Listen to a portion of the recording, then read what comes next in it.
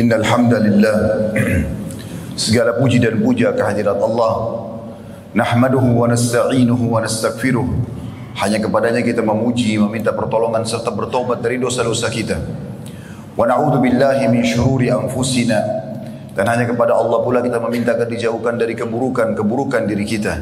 Wa min sayyiati a'malina, dan dari segala dosa yang pernah kita lakukan. May yahdihillahu fala mudhillalah. Barang siapa yang telah Allah berikan petunjuk maka tidak akan pernah sesat selamanya. Wa may yudlilhu fala hadiyalah, dan barang siapa yang telah Allah sesatkan maka tidak akan mendapatkan petunjuk selamanya. Asyhadu an la ilaha illallah wahdahu la syarikalah wa asyhadu anna Muhammadan abduhu wa rasuluh. Saya bersaksi tidak Tuhan yang berhak disembah kecuali Allah, dan Muhammad benar-benar hamba juga utusannya. Allah mengingatkan dalam kitabnya, Ya ayyuhalladzina amanu taqullaha haqqa tuqatih wa la tamutunna illa wa antum muslimun. Hai sekalian orang-orang yang beriman, bertakwalah, patuhlah kepada satu-satunya pencipta segala sesuatunya, baik di langit, di bumi, di kedalaman lautan, terjangkau atau tidak terjangkau oleh mata kita, yaitu Allah. Sebenar-benar patuh dan tunduk, dan janganlah kalian meninggal dunia kecuali dalam keadaan Islam. Di ayat yang lain Allah juga mengingatkan, Ya ayuhan nasu taqu rabbakumul ladzi khalaqakum min nafsin wahidah wa khalaqa minha zawjaha wa batha minhuma rijalan katsiran wa nisaa'a wattaqullaha alladzi tasaaluna bihi wal arham innallaha kana 'alaikum raqiba. Hai sekalian manusia, sekali lagi bertakwalah kepada Allah yang telah menciptakan kalian dari jiwa yang satu, yaitu Adam alaihissalam, dan telah menciptakan dari jiwa yang satu istrinya Hawa alaihissalam, dan telah banyak memberikan keturunan laki-laki juga perempuan dari keduanya. Sekali lagi bertakwalah kepada Allah dan jagalah hubungan silaturahim. Sesungguhnya Allah senantiasa mengawasi kalian. Di ayat yang ketiga Allah juga mengingatkan, Ya ayyuhalladzina amanu taqullaha wa qulu qawlan sadida yuslih lakum a'malakum wa yaghfir lakum dhunubakum wa may yuti'illaha wa rasulahu faqad faza fawzan 'azima. Hai sekalian orang-orang yang beriman, sekali lagi bertakwalah kepada Allah dan jujurlah. Niscaya Dia akan memperbaiki amal-amal perbuatan kalian, mengampuni dosa-dosa kalian. Barang siapa yang mentaati Allah dan Rasulnya, dia telah mendapatkan kemenangan yang besar. Amma ba'd fa inna asdaqal hadithi kitabullah. Kita tahu sebaik-baik rujukan umat Islam dalam segala lini kehidupan mereka, terutama ibadah, adalah kitabullah, Al-Quran. Wa khairu hadyi Muhammadin sallallahu alaihi wa ala alihi wa sahbihi wa sallam. Dan sebaik-baik petunjuk setelah Al-Quran adalah petunjuk Nabi besar Muhammad sallallahu alaihi wa ala alihi wa sahbihi wa sallam. Wa syarrul umuri muhdatsatuha, dan seburuk-buruk perbuatan dalam masalah ibadah tidak punya rujukan dari wahyu. Fa inna kulla muhdatsatin bid'ah, karena perbuatan yang tidak punya rujukan dikenal dengan perbuatan baru dalam agama. Wa nabidatin dalalah, dan perbuatan baru akan membawa pelakunya pada kesesatan. Wa inna dalal finnar, dan kesesatan akan membawa pelakunya ke dalam api neraka. Saudaraku seiman rahimani wa rahimakumullah. Kesempatan ini kita akan membahas sebuah kalimat yang dengan kalimat inilah seluruh langit dan bumi ini ada, seluruh roda kehidupan ini ada. Dan dengan kalimat ini seseorang itu mendapatkan status muslim. Bahkan dengan kalimat inilah semua kitab-kitab diturunkan, seluruh nabi-nabi dan rasul diutus, dan adanya kehidupan akhirat nanti kelak kekal di sana. Dan semua muslim hidup di atas kalimat ini. Inilah pondasi dasar kehidupan kita. Kapan seseorang muslim menyadari, meyakini kalimat ini, maka pastikan kehidupan mereka akan tentram, tenang. Itu kalimat la ilaha illallah, la ma'budu bihaqqin illallah. Tidak ada Tuhan, pencipta, pemilik, penguasa semua yang di langit, semua yang di bumi, semua yang di kedalaman lautan kecuali Allah. Ini kata kunci kebahagiaan, karena kita tidak membutuhkan untuk mencari Tuhan-Tuhan yang lain.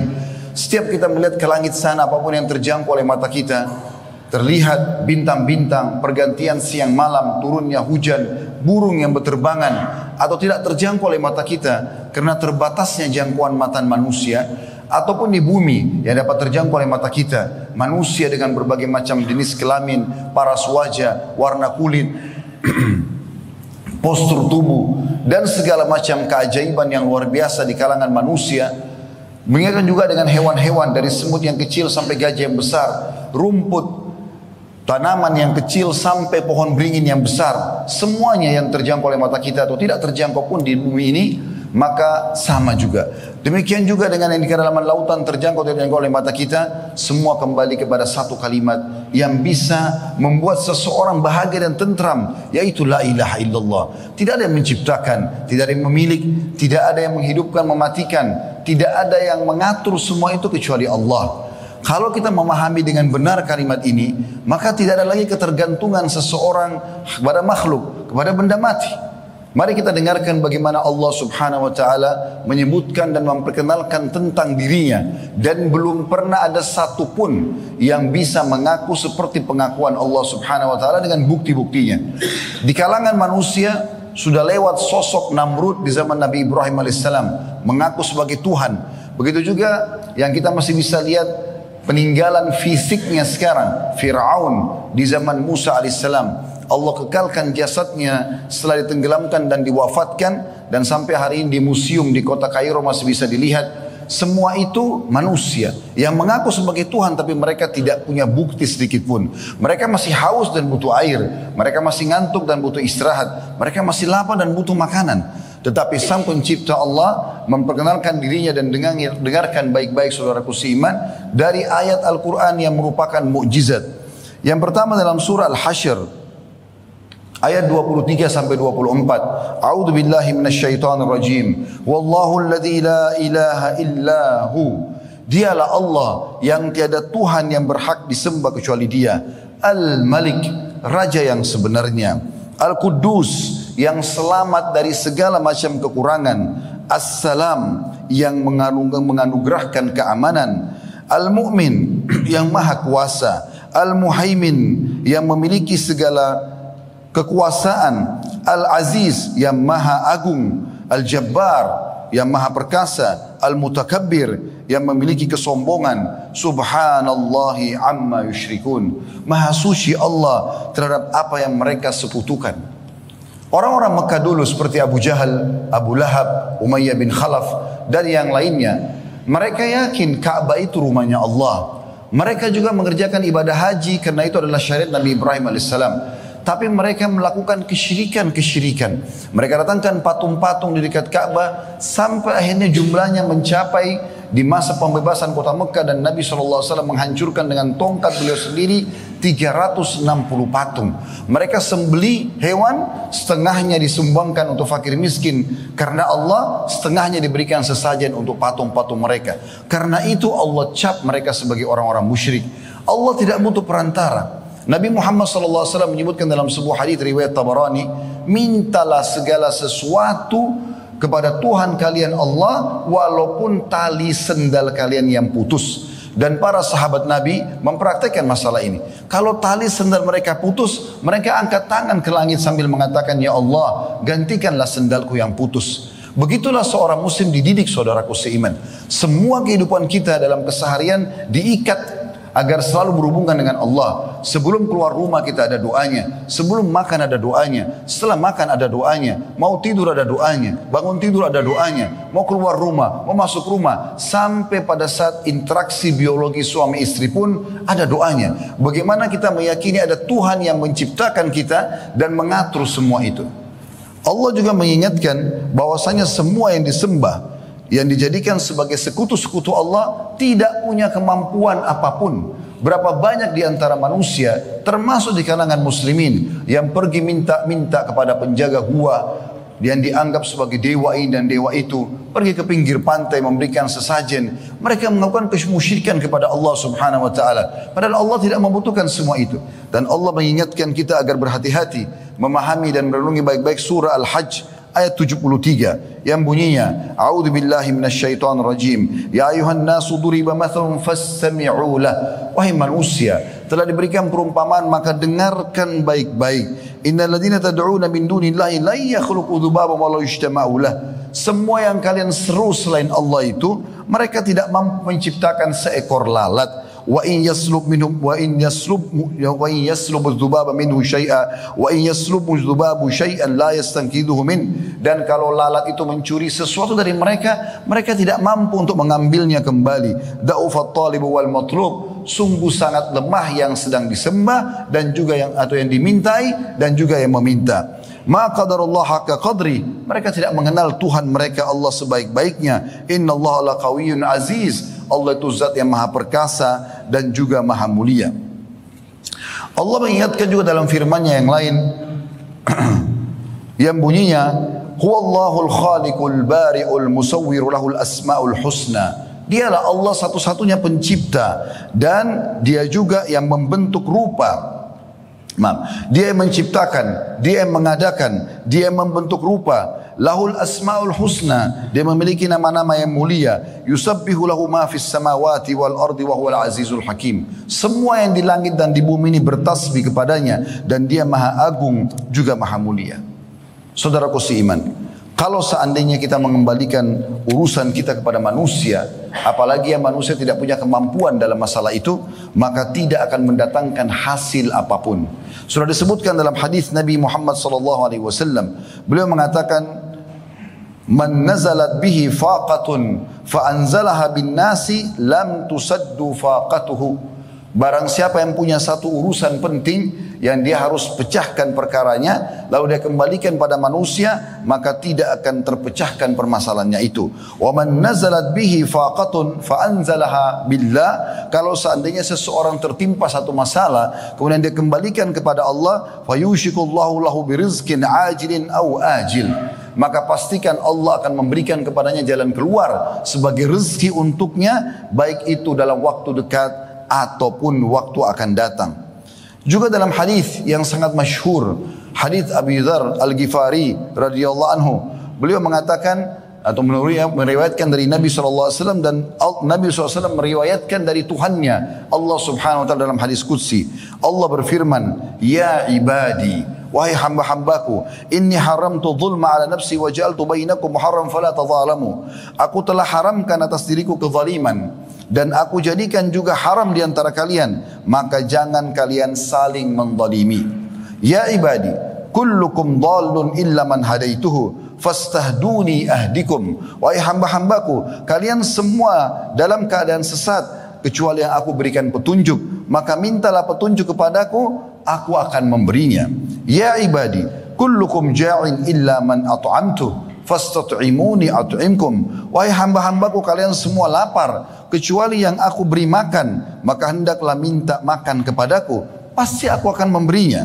Ya ibadi, kullukum 'arin illa man kasautu fastaksuni aksukum. Wahai hamba-hambaku, kalian semua bisa telanjang kecuali aku berikan pakaian, maka hendaklah kalian meminta kepadaku, pasti aku akan beri. Ya ibadi, innakum tukhti'una bil-laili wan-nahar wa ana aghfiru dhunuba jami'a fastaghfiruni aghfir lakum. Wahai hamba-hambaku, kalian banyak melakukan kesalahan di siang dan malam hari, dan akulah satu-satunya mengampuni dosa-dosa itu, maka mohon ampunlah kepadaku, aku akan mengampuni kalian. Ya ibadi, innakum lan tablughu dharri fatadarruni wa lan tablughu naf'i fatanfa'uni. Wahai hamba-hambaku, kalian tidak akan bisa membahayakanku dan juga kalian tidak bisa memberikan manfaat apa-apa untukku. Ya ibadi, law anna awwalakum wa akhirakum wa insakum wa jinnakum kana ala atqi qalbi rajulin wahidin minkum ma zada dhalika fi mulki syai'a. Wahai hamba-hambaku, kalau seandainya orang-orang yang terdahulu dan orang yang terakhir dari kalangan kalian, baik manusia maupun jin, semuanya bertakwa, semuanya beriman, sama tingkatan imannya. Misalnya seperti imannya Nabi Muhammad SAW, semuanya sama. Maka kata Allah SWT, itu tidak akan menambah sedikit pun dari kekuasaanku. Dan ya ibadi, lau anna awwalakum wa akhirakum wa insakum wa jinnakum kana ala afjar qalbi rajulin wahid. Kalau seandainya kalian wahai jin dan manusia, yang pertama dan yang terakhir, berada di atas kefajiran, kerusakan, semuanya seperti Fir'aun, ma naqasa dzalika min mulki syai'an, itu sama sekali tidak mempengaruhi terhadap kekuasaan dan kerajaanku. Ya ibadi, law anna awwalakum wa akhirakum wa insakum wa jinnakum qamu ala sa'idin wahid. Wahai sekalian hamba-hambaku jin dan manusia, kalau seandainya yang terakhir dan yang pertama dan terakhir di antara kalian semuanya berkumpul di sebuah lembah, fasa'aluni fa'ataitu kullu insanin mas'alatah, Dan kalau seandainya kalian minta masing-masing hajat terbesar kalian, dan aku berikan semua hajatnya, ma naqasa dzalika mimma indi illa kama yanqusul mikhyatu ila idza udkhilal bahr. Maka tidak akan mengurangi sedikit pun dari apa yang aku miliki dari kekayaan, kecuali hanya seperti jarum yang dicelupkan ke lautan. Ya ibadi, innama hiya a'malukum uhsiha lakum waffiyahum iyyaha, faman wajada khairan falyahmadillah, وَمَنْ وَجَدَ غَيْرَ ذَلِكَ فَلَا يَلُومَنَّ إِلَّا نَفْسَهُ.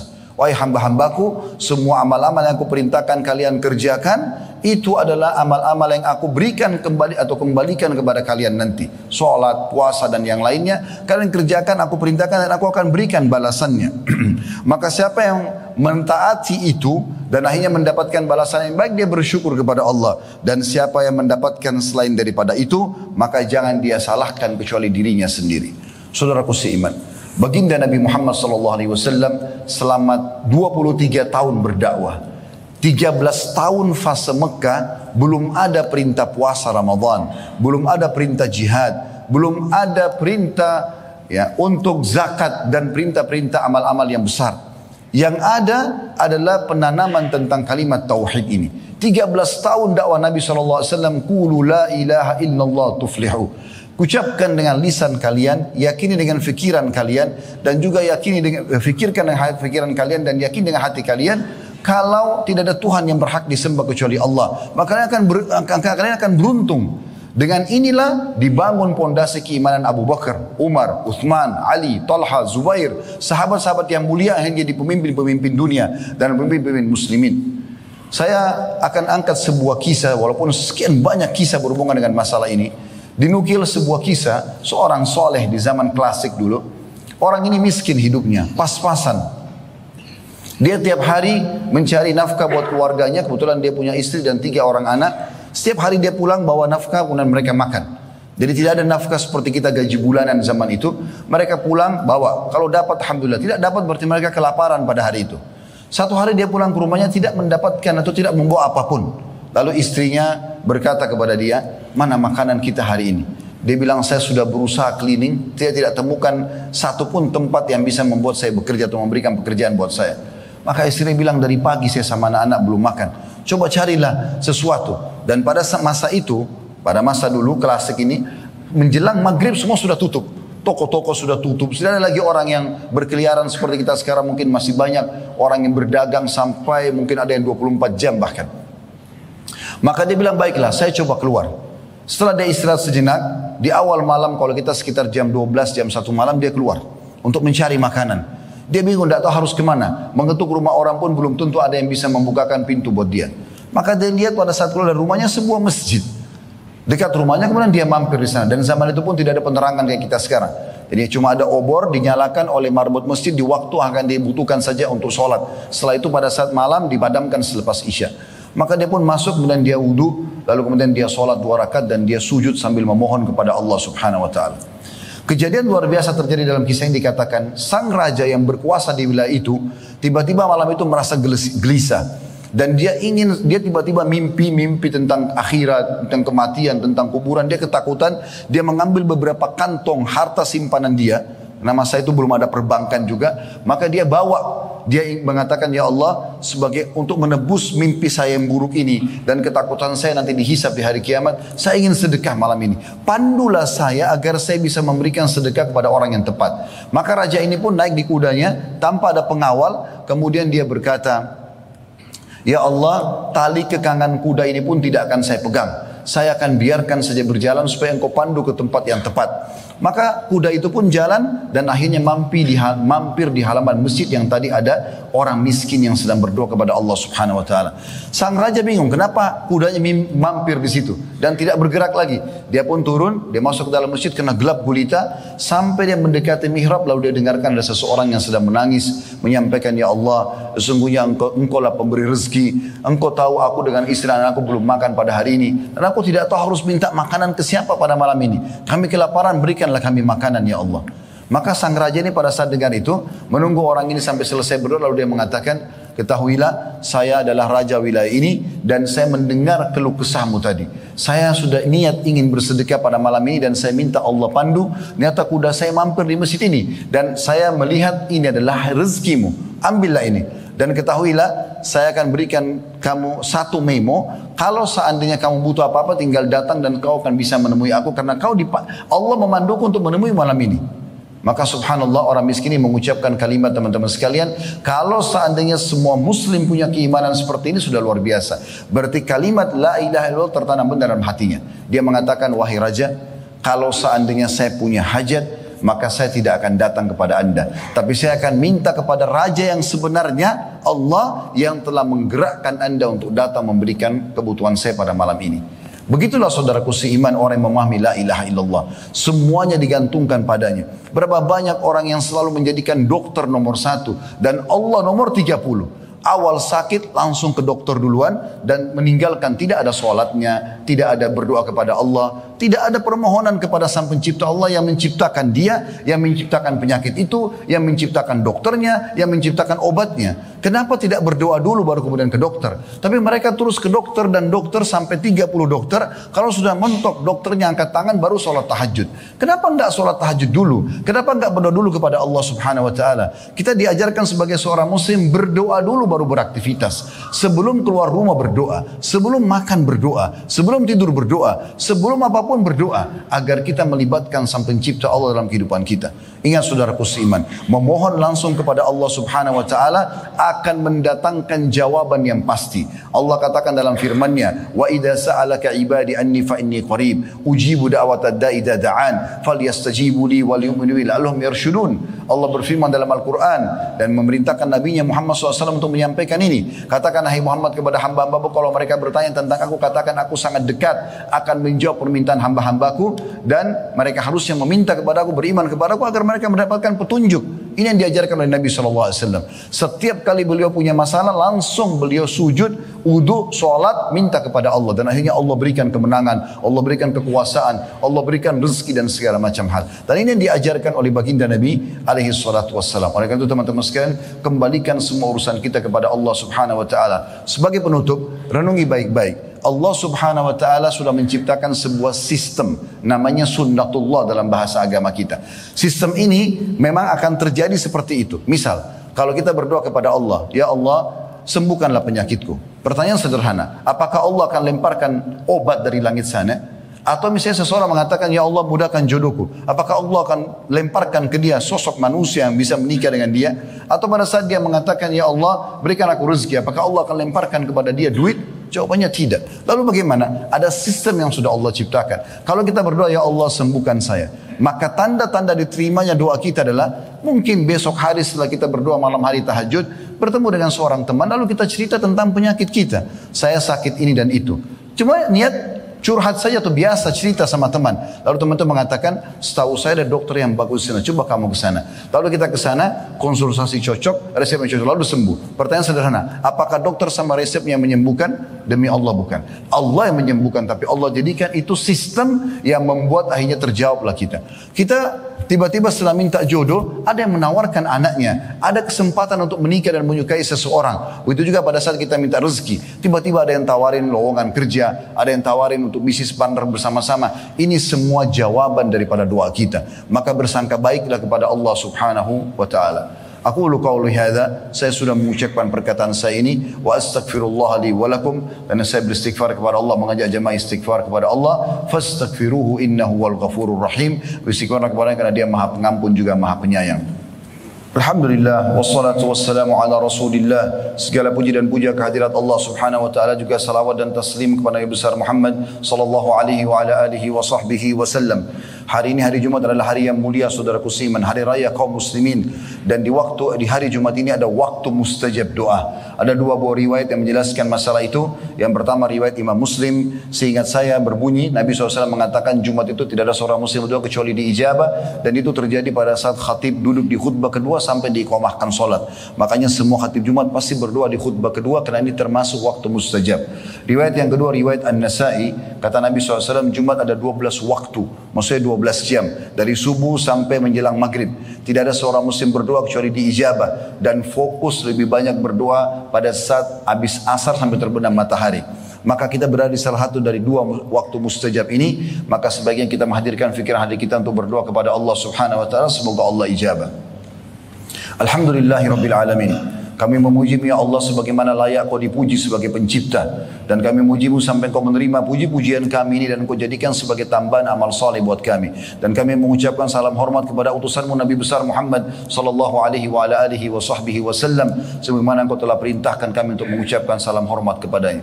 Ya Allah, kami tidak berkumpul di masjid ini kecuali karena ingin menjalankan salah dari perintah yang Kau telah perintahkan kepada kami, yaitu salat Jumat. Terimalah ibadah ini dengan pahala yang sempurna, dan terimalah seluruh amal-amal saleh yang pernah kami kerjakan, yang sedang kami kerjakan, yang akan kami kerjakan sampai menjelang ajal datang nanti dengan pahala yang sempurna. Ya Allah, kami hamba-Hamba-Mu yang penuh dengan dosa, maka ampunilah seluruh dosa-dosa kami, juga dosa kedua orang tua kami, seluruh kerabat kami, seluruh muslimin dan muslimat, mukminin dan mukminat yang hidup dan juga yang sudah meninggal. Ya Allah, jadikan negara kami Indonesia negara yang aman, tentram, damai. Seluruh umat Islam di bawah naungan ukhuwah Islamiyah. Angkat perselisihan di antara mereka, kembalikan mereka kepada wahyu Al-Quran dan Sunnah. Dan ya Allah, berikanlah petunjuk para pemimpin kami agar selalu berlaku adil dan menjalankan tugas dengan baik. Dan jadikanlah kami sebagai masyarakat yang selalu mendukung program-program positif dan juga mendoakan yang baik, sehingga kami bersatu dan gotong royong dalam kebaikan, dan jadikan kami sebagai contoh bagi negara-negara yang lain. Ya Allah, tolonglah saudara kami di Palestina dan dimanapun di muka bumi yang sedang tertindas. Ikhlaskan niat mereka, terima para syuhada mereka, mulakan Islam di tangan mereka dan tangan kami semua, dan ikut sertakan kami bersama mereka di pahala, baik dengan doa, dengan harta, juga dengan jiwa kami. Dan ya Allah, berikanlah kami semua kebaikan di dunia. Rabbana atina fid dunya hasanah, dan semua kebaikan di akhirat. Wa fil akhirati hasanah, dan selamatkan kami dari api neraka. Wa qina adzabannar, dan masukkanlah kami ke dalam surga bersama orang-orang yang patuh. Wa adkhilnal jannata ma'al abrar. Ya Azizu ya Ghaffar, wahai Zat yang maha mulia dan juga maha pengampun. Ya Rabbal alamin, Tuhan alam semesta. Wa sallallahu nabiyana Muhammadin walhamdulillahi rabbil alamin. Inna Allaha ya'muru bil adli wal ihsan wa ita'i dzil qurba. Allah menyuruh kita agar berbuat keadilan, kebaikan, dan berbuat baik kepada sanak kerabat. Wa yanha 'anil fahsya'i wal munkari wal baghi. Allah larang perbuatan keji, perbuatan kemaksiatan dan pelanggaran-pelanggaran. Ya'idukum la'allakum tadhakkarun. Itu peringatan dari Allah, jadikan sebagai prinsip hidup kalian. Fadhkurullahal 'azim yadhkurkum. Ingatlah Allah, maka Allah akan ingat kepada kalian. Washkuruhu 'ala ni'ami yazidkum. Syukuri nikmatnya, dia pasti akan tambah. Wa la dzikrullahi akbar. Mengingat adalah amal yang paling besar. Wa aqimis shalat.